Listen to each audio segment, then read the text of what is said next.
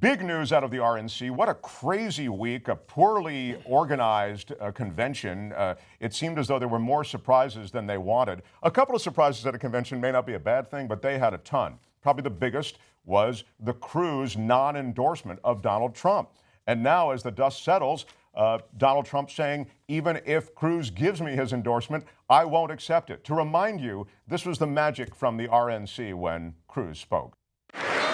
We deserve leaders who stand for principle, who unite us all behind shared values, who cast aside anger for love.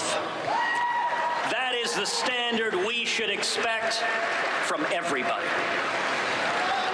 And to those listening, please don't stay home in November.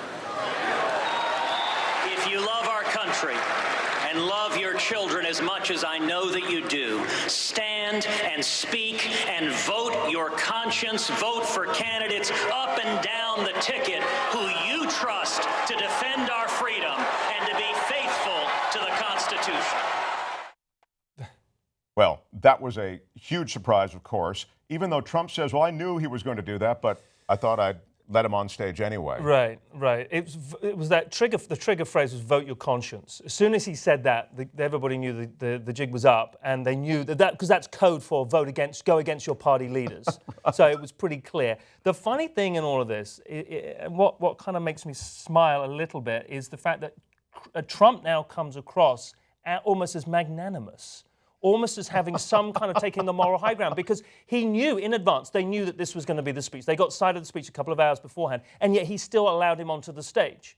And so in all of this, he actually kind of gets a slightly higher status, moral status, which for somebody such as Donald Trump to actually have genuine, not this sort of, well, I'm the most humble person I know. Anybody who says I'm the most humble person I know, I'm like Jesus, I'm so humble. It has to be questioned. But this is actual genuine magnanimity in that, which is so curious, because I thought I'd never say that about Trump. Yes and no. I mean, he tried to steal the moment, you'll recall, when Cruz was on stage. First of all, he stole a few moments. He appeared on Fox News when there was a critical and quite emotional recounting what was going on in Benghazi by one speaker, and we reviewed that on TYT.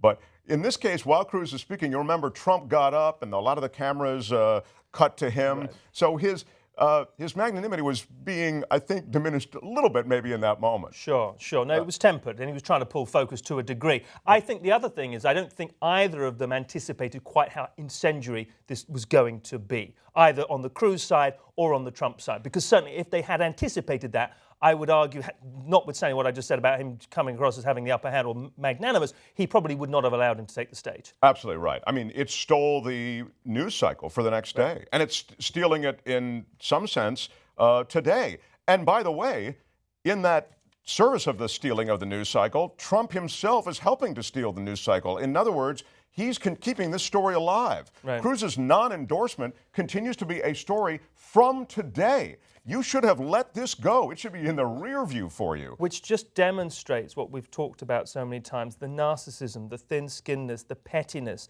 the fact that it's vitriol, the fact that it's also personal for him. He does not have that, and I know we've said this ad nauseum, and the viewers are going to be like, oh, okay, move on, we know, we get it. But this is just such an eloquent evidence and demonstration of that. The fact that he cannot see past the end of his nose. He's so ill-suited, both from a temperament, both from a strategic, both from every single angle, that you're right. He now has turned this into a personal crusade, no pun intended, to try and eviscerate Ted Cruz and say any chance that he's got. I mean, Ted Cruz, let's be honest, Ted Cruz has done a pretty good job of shooting himself in the foot by all accounts. He doesn't really need Donald Trump's help now, but Donald Trump is not letting, he's like a dog with a bone. He was just trying to eviscerate him continually today, and it's pulling focus from where he needs to be. Right, he is doing anything but moving forward. He can't stop talking about Ted Cruz, and here he is saying, even with the endorsement coming, I wouldn't take it. Just to finish with Ted, because I like Ted, he's fine. Again, I don't want his endorsement. If he gives it, I will not accept it, just so you understand. If he gives it, I will not accept it. Won't matter. Honestly, he should have done it because nobody cares. And he would have been in better shape for 4 years from now if he's going to be. I don't see him winning anyway, frankly. But if he did, it's fine. Although maybe I'll set up a super PAC if he decides to run.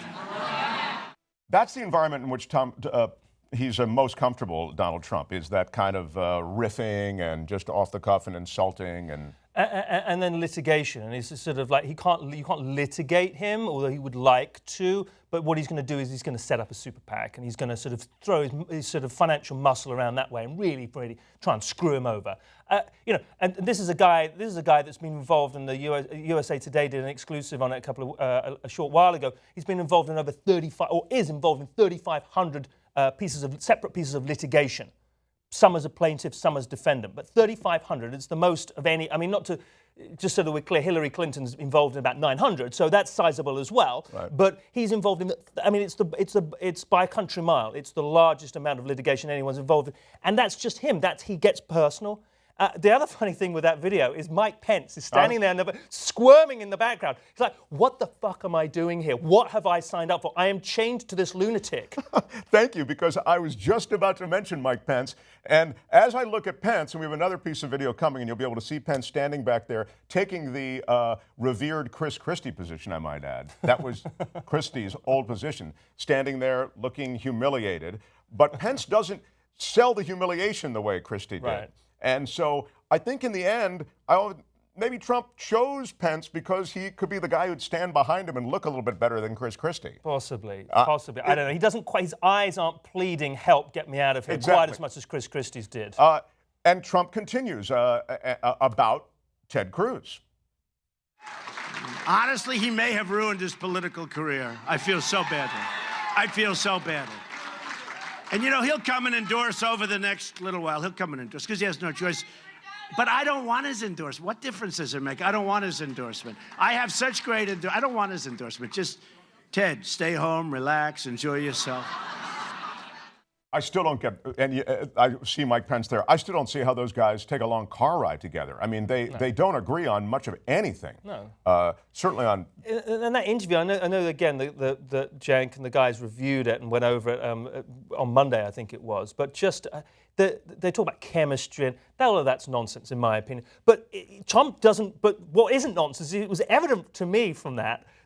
Chemistry. Forget that. He does not want to be sitting next to the guy. He's like, why am I having to share the stage with this guy? Because somebody told me, I had to have a VP. I have to have one, apparently. And they had told me I had to have him. He didn't want this guy. You can just tell every fiber of his being screams, get me away from this person. I work as a solo, right. Yeah. I work better alone. Yeah.